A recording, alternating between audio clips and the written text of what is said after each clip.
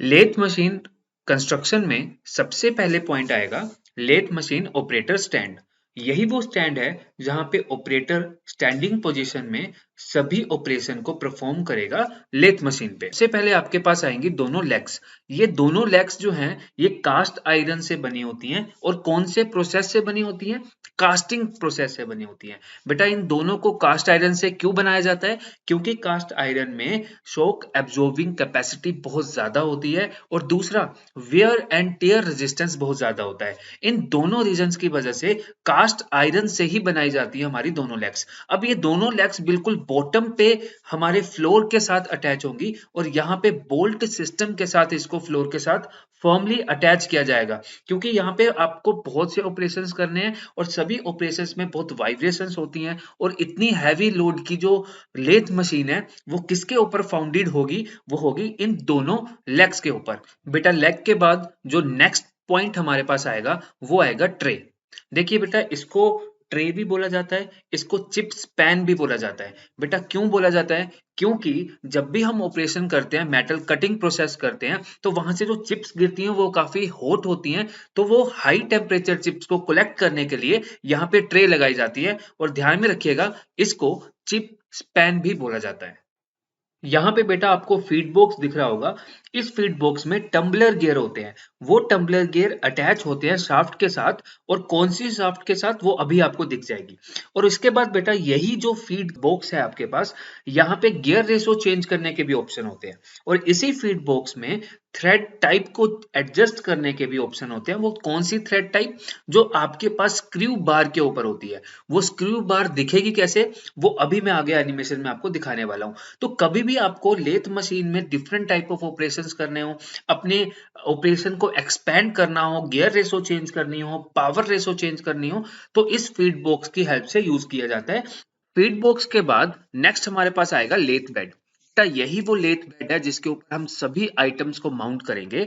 और ये बेड अगर यहाँ पे एग्जामिनेशन में क्वेश्चन किया जाता है इस बेड के ऊपर, तो वो क्या पूछते हैं कि ये कैसे बनाते हैं। तो देखो बेटा जो लेथ बेड है ये सिंगल पीस कास्टिंग से बनता है। और किसकी कास्टिंग से बनता है? सेमी स्टील या फिर चील्ड कास्ट आयरन के साथ बनता है। यहाँ पे जो आप सिंगल पीस कास्टिंग करोगे पूरे के पूरे पीस की सिंगल पीस कास्टिंग होगी, ये ध्यान में रखिएगा। हाँ, अगर आपका बहुत बड़ा बेड है तो आप 2 से 3 पीसेस को कास्ट करोगे और तीनों को आप नट बोल्ट की हेल्प से एक सिंगल पीस बनाओगे। क्लियर? जो आपकी सेमी स्टील या चील्ड कास्ट आयरन से आप ये कास्टिंग कर रहे हो, क्यों कर रहे हो? क्योंकि यहाँ पे इसकी कंप्रेसिव स्ट्रेंथ बहुत ज्यादा होती है, शॉक एब्जॉर्बेंट क्वालिटी बहुत अच्छी है, हाई लुब्रिकेटिंग क्वालिटी है। इसीलिए हम इसको सिंगल पीस कास्टिंग के साथ सेमी स्टील और चील्ड कास्ट आयरन के साथ करते हैं। क्लियर? बेटा सबसे ऊपर आपको यहाँ पे गाइडवेज भी दिख रही होंगी। ये जो गाइडवेज हैं ये किस लिए यूज कर रहे हैं? बेटा ये गाइडवेज यूज कर रहे हैं मूवमेंट के लिए।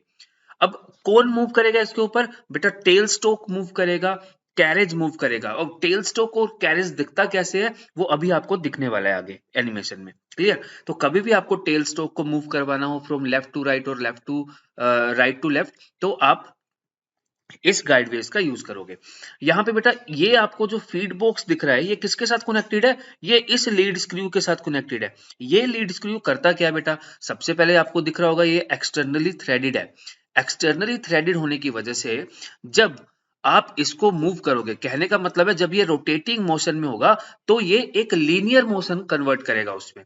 कहने का मतलब है जब ये लीड स्क्रू आपका रोटेशनल मोशन में होगा तो अगर आपको टेल स्टोक को मूव करवाना है तो या कैरेज को मूव करवाना है तो इस लीड स्क्रू का यूज किया जाता है, क्योंकि ये रोटेशनल मोशन को लीनियर मोशन में कन्वर्ट करता है। क्लियर? अब इसके नीचे आपको 2 रोड और दिख रही होंगी। बेटा इसको बोला जाता है फीड रोड। इसके ऊपर थ्रेडेड पोर्शन नहीं होता और ये किस लिए यूज किया जाता है? कभी भी कैरेज को ऑटोमेटिकली मूव करवाना हो थ्रेडिंग कटिंग प्रोसेस के अंदर, तब हम इसका यूज करते हैं। बेड के बाद जो हमारा नेक्स्ट आइटम है वो है कैरेज। बेटा कैरेज में आपको बहुत सी आइटम्स दिखेंगी। सबसे पहले बेटा टूल पोस्ट, इस पूरे के पूरे पार्ट को बोला जाता है टूल पोस्ट। इनकी डिटेल कि टूल पोस्ट क्या काम करता है ये सारी डिटेल मैं अभी आपके साथ शेयर करने वाला हूं। तो इसको बोला जाता है टूल पोस्ट। टूल पोस्ट के बाद बेटा ये जो पॉइंट है इसको बोला जाता है कंपाउंड स्लाइड। क्लियर? इसको बोला जाता है कंपाउंड स्लाइड। बेटा कंपाउंड स्लाइड के नीचे है ये वाला पार्ट जो आपको दिख रहा है, इसको बोला जाता है compound rest. Compound rest. Compound rest के नीचे वाला जो आपको पार्ट दिख रहा है, इसको बोला जाता है क्रॉस स्लाइड। इसको बोला जाता है क्रॉस स्लाइड। बेटा मैं इसको एम्फेसाइज इसलिए कर रहा हूं क्योंकि ये एग्जामिनेशन पॉइंट ऑफ व्यू से काफी इंपॉर्टेंट है, तो आप प्लीज इसको नोट डाउन कर लीजिएगा। अब उसके बाद ये वाला जो हैंडल आपको दिख रहा है, इसको बोला जाता है cross feed. Cross feed hand wheel. Clear बेटा? अब क्रॉस फीड हैंड व्हील के बाद ये जो अपर पार्ट आपको दिख रहा है, इसको बोला जाता है सैडल। और जो ये फ्रंट में आपको दिख रहा है, इसको बोला जाता है एप्रोन। बेटा ये जो हैंड व्हील है, इस हैंड व्हील को बोला जाता है longitudinal feed hand wheel. Longitudinal feed hand wheel. इन सभी का यूज क्या है वो मैं अभी आपको बताता हूं। बेटा इसके बाद यहाँ पे एक आइटम नहीं दिख रही है, बट यहाँ पे एक आइटम होती है थोड़ा सा अपर व्यू में, कुछ ऐसी आइटम होगी, इसको बोला जाएगा chasing dial. CHASING, chasing dial. Clear? अब इनकी वर्किंग देखते हैं। यहाँ पे अपर डायरेक्शन में टॉप व्यू से अगर आप देखोगे तो आपको यहाँ पे सैडल दिखेगा, जो मैंने आपको बताया। अब बेटा ये जो सैडल है ये एच शेप की कास्टिंग होती है। अपर व्यू से देखोगे ना तो एक एच शेप दिखेगी आपको, एच शेप की कास्टिंग होती है। ये जो आपके पास सैडल है, ये एक ब्रिज का काम करती है इन दोनों ग्रूव्स को मिलाने के लिए। बेटा मैंने आपको बताया इसके ऊपर गाइडवेज होती हैं, इन गाइडवेज को मिलाने का काम करती है एज ए ब्रिज ये सैडल। अब बेटा इस सैडल को मूव करवाया जाता है या तो राइट डायरेक्शन में मूव करवाया जाएगा या लेफ्ट डायरेक्शन में मूव करवाया जाएगा, क्योंकि ये मूव होता है हेड स्ट्रोक और टेल स्ट्रोक के बीच में। अब जब भी आप इसको मूव करवाओगे तो दो ऑप्शन आपके पास होते हैं, या तो आप ऑटोमेटिक फीड करवाइए या हैंड फीड करवाइए। क्लियर? अब इस सैडल के जस्ट ऊपर आपको क्या दिखेगा? Cross slide. बेटा ये जो क्रॉस स्लाइड है इसके ऊपर आपको कंपाउंड रेस्ट दिखेगा, टूल पोस्ट दिखेगा, सभी आइटम इनके ऊपर होंगे। अब जो ये क्रॉस स्लाइड है बेटा ये बहुत इंपॉर्टेंट है, क्योंकि ये लेथ एक्सिस से राइट डायरेक्शन में मूव करता है।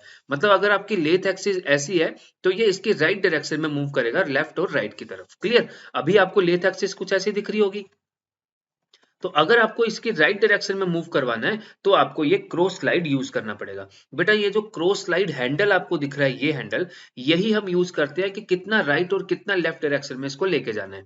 क्लियर? यहाँ पे जो स्क्रीन के अंदर और स्क्रीन के बाहर निकलता हुआ आपको दिखेगा अगर आप 3D व्यू में देखोगे। इसकी एक्यूरेसी बेटा लगभग 0.05 mm तक होती है। इतनी एक्यूरेसी के साथ आप इस क्रॉस स्लाइड को मूव करवा सकते हो। नेक्स्ट है आपके पास कंपाउंड रेस्ट। ये जो आपके पास कंपाउंड रेस्ट है, ये क्रॉस स्लाइड और कंपाउंड स्लाइड के बीच में होता है। बेटा नीचे इसके क्या होगा?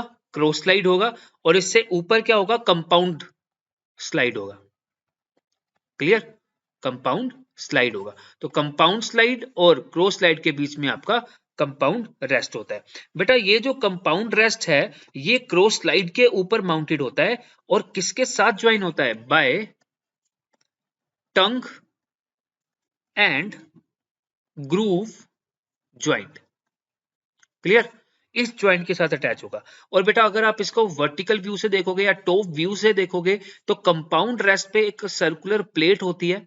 इस सर्कुलर प्लेट्स के ऊपर ऐसे एंगुलर ग्रेजुएशंस होंगी आपकी। तो कभी भी आपको टर्न करना हो, टेपर टर्निंग करनी हो, किसी एंगल पे लेके जाना हो, तब आप इसका यूज करोगे। क्लियर? पे एग्जामिनर पूछता है कि कंपाउंड स्लाइड जो है वो कंपाउंड रेस्ट के ऊपर जब अटैच होती है तो किसके द्वारा अटैच की जाती है? तो बाय डोव टेल ज्वाइंट। कौन सा ज्वाइंट है वो? Dovetail joint. और जो आपका टूल पोस्ट है वो कंपाउंड स्लाइड के ऊपर रेस्ट करता है। लास्ट में आपके पास आएगा tool post. Tool post compound slide के ऊपर रेस्ट करता है, और टूल पोस्ट आपके टूल को रिजिडिटली होल्ड करके रखता है। क्लियर? अब आप कौन सा टूल यूज करोगे, कौन सा टूल इस टूल पोस्ट के साथ अटैच करोगे, बेटा वो डिपेंड करेगा आप कौन सा ऑपरेशन परफॉर्म कर रहे हो। आप ड्रिलिंग कर रहे हो, रीमिंग कर रहे हो, कौन सा ऑपरेशन परफॉर्म कर रहे हो, उसके ऊपर टूल डिपेंड करेगा। नेक्स्ट पार्ट जो हमारा होगा वो होगा हेड स्टोक। बेटा हेड स्टोक लेफ्ट साइड में होता है और किसके ऊपर माउंटेड होगा?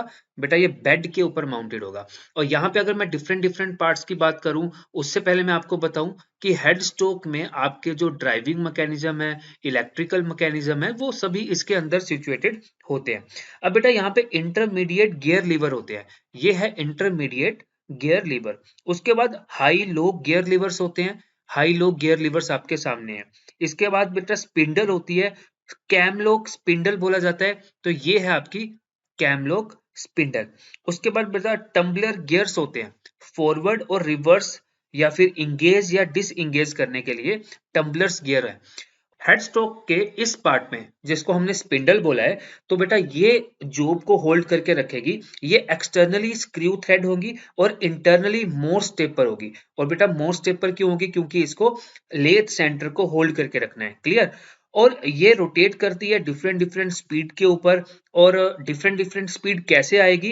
इनके अंदर कौन पुलीज होती हैं, गियर ड्रिवन मैकेनिज्म्स होते हैं, उनकी हेल्प से हम डिफरेंट डिफरेंट स्पीड्स पे इनको रन करवा सकते हैं। और बेटा जो स्पिंडल है उसके अंदर होल होता है, वो होल किस लिए होता है? कभी कभी आपको लॉन्ग बार्स को हैंडल करना होता है, तो वहां पे इसका यूज किया जाता है। हेड स्टॉक ट्रांसमिट करता है पावर कहां से? स्पिंडल से फीड रोड में, लीड स्क्रू में, थ्रेड कटिंग मैकेनिज्म में। जो यहाँ पे हेड स्टॉक में आपके पास स्पिंडल है, बेटा इस स्पिंडल पे क्या क्या चीजें को माउंट किया जाता है? देखो यहाँ पे थ्री जो चक,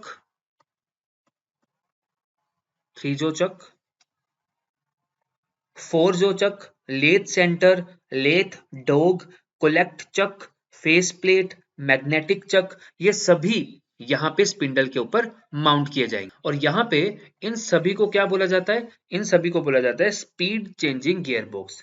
नेक्स्ट पार्ट हमारे पास है टेल स्टोक। टेल स्टोक में पहला क्वेश्चन तो एग्जामिनर ये करता है कि इसका यूज क्या है। बेटा टेल स्टोक के टोटल दो यूज हैं। पहला use to secure the work holding accessories. कभी कभी आप वर्क पीस को जब लगाते हो तो उसको सपोर्ट करने के लिए कुछ एसेसरीज का यूज करना पड़ता है, वो एसेसरीज हम टेल स्टोक में लगाते हैं, क्योंकि यहाँ पे वर्क पीस जो आपका यहाँ पे सिचुएटेड होगा, तो उसको होल्ड करने के लिए यहाँ भी आपका टेल स्टोक का यूज किया जाता है। और दूसरा पॉइंट बेटा, टेल स्टोक का सबसे इंपॉर्टेंट यूज है कटिंग टूल परफॉर्मिंग के लिए। कभी कभी आपको होल मेकिंग करनी होती है ड्यूरिंग ऑपरेशन, तब आप जो भी कटिंग टूल्स लगाते हो वो आप टेल स्टोक में लगाते हो। दूसरा बेटा, जो टेल स्टोक है वो किस ऑपरेशंस में यूज किया जाता है, कभी कभी एग्जामिनर ये करता है, तो मैं आपको बता दूं टेल स्टोक कौन कौन से ऑपरेशंस में यूज किया जाता है। ड्रिलिंग ऑपरेशन के लिए, रिमिंग ऑपरेशन के लिए, टैपिंग ऑपरेशंस के लिए। और इस टेल स्टोक को आप डिजायर्ड पोजीशन पे लेके आ सकते हो, इसको लेफ्ट डायरेक्शन में, राइट डायरेक्शन में कहीं भी मूव करवा सकते हो। यहाँ पे बेटा कभी कभी एग्जामिनर आपसे क्वेश्चन करता है कैपेसिटी के ऊपर, capacity of the lathe machine. बेटा कभी भी कैपेसिटी ऑफ लेथ मशीन के बारे में एक्सप्रेस किया जाए तो मैं आपको बता दूं डिस्टेंस बिटवीन द सेंटर्स आपको कैपेसिटी बताता है। कौन से centre? Headstock centre and tailstock centre के बीच का डिस्टेंस। बेटा अगर आपसे कभी कभी वो स्पेसिफिकेशन पूछ ले कि लेथ मशीन को कैसे स्पेसिफाई किया जाता है, तो बेटा number 1, length between the centres. जो आपका हेड स्टोक है, जो टेल स्टोक है, इनके बीच का डिस्टेंस, इनको बोला जाता है सेंटर। दूसरा बेटा लेंथ ऑफ द बेड, जो आपका फ्लोर एरिया है, जो लेंथ है बेड की, उसका फ्लोर एरिया कितना है, उसके ऊपर भी स्पेसिफिकेशन डिपेंड करती है लेथ मशीन की। तीसरा बेटा हाइट ऑफ द सेंटर, मतलब यहाँ पे जो ये हाइट है कहाँ से? बेड से। अच्छा एक बात ध्यान में रखिएगा, एग्जामिनर पूछता है कि height of the centre measure करने के लिए कहाँ से रेफरेंस लिया जाता है, तो बच्चे हमेशा फ्लोर एरिया से बता देते हैं, ऐसा नहीं होता। हमेशा बेड से आपकी ये हाइट कितनी है वो आपको बताएगा हाइट ऑफ द सेंटर। बेटा फोर्थ पॉइंट जो मैंने आपको बताना है वो है मैक्सिमम डायमीटर, मतलब स्पेसिफिकेशन में फोर्थ पॉइंट है मैक्सिमम डायमीटर। जो भी वर्क पीस आप लगाने वाले हो, तो वर्क पीस आप कहाँ लगाओगे? हेड स्टोक के स्पिंडल में लगाओगे। तो हेड स्टोक का स्पिंडल मैक्सिमम कितने डायमीटर की जो वर्क पीस है उसको अपने अंदर होल्ड करके रख सकता है, उसके ऊपर भी डिपेंड करता है। नेक्स्ट है आपका swing diameter of the bed. बेटा swing diameter of the bed का मतलब है कि जब वर्क पीस रिवॉल्व करेगा तो बेड बीच में ऑब्स्टेकल क्रिएट नहीं करना चाहिए, तो कितना मैक्सिमम अमाउंट का, किसने मैक्सिमम डायमीटर का वर्क पीस आप यहाँ पे रिवॉल्व करवा सकते हो। और बेटा लास्ट है swing diameter of the carriage. जो ये आपका कैरेज है इसका स्विंग डायमीटर, कहने का मतलब है जब यहाँ पे रिवॉल्व करेगा हमारा वर्कपीस तो यहाँ पे जो सैडल है आपका वो बीच में ऑब्स्टेकल क्रिएट नहीं करना चाहिए। और ध्यान में रखिएगा जो swing diameter over the carriage होता है वो हमेशा लेस देन होता है किससे? Swing diameter of the bed से।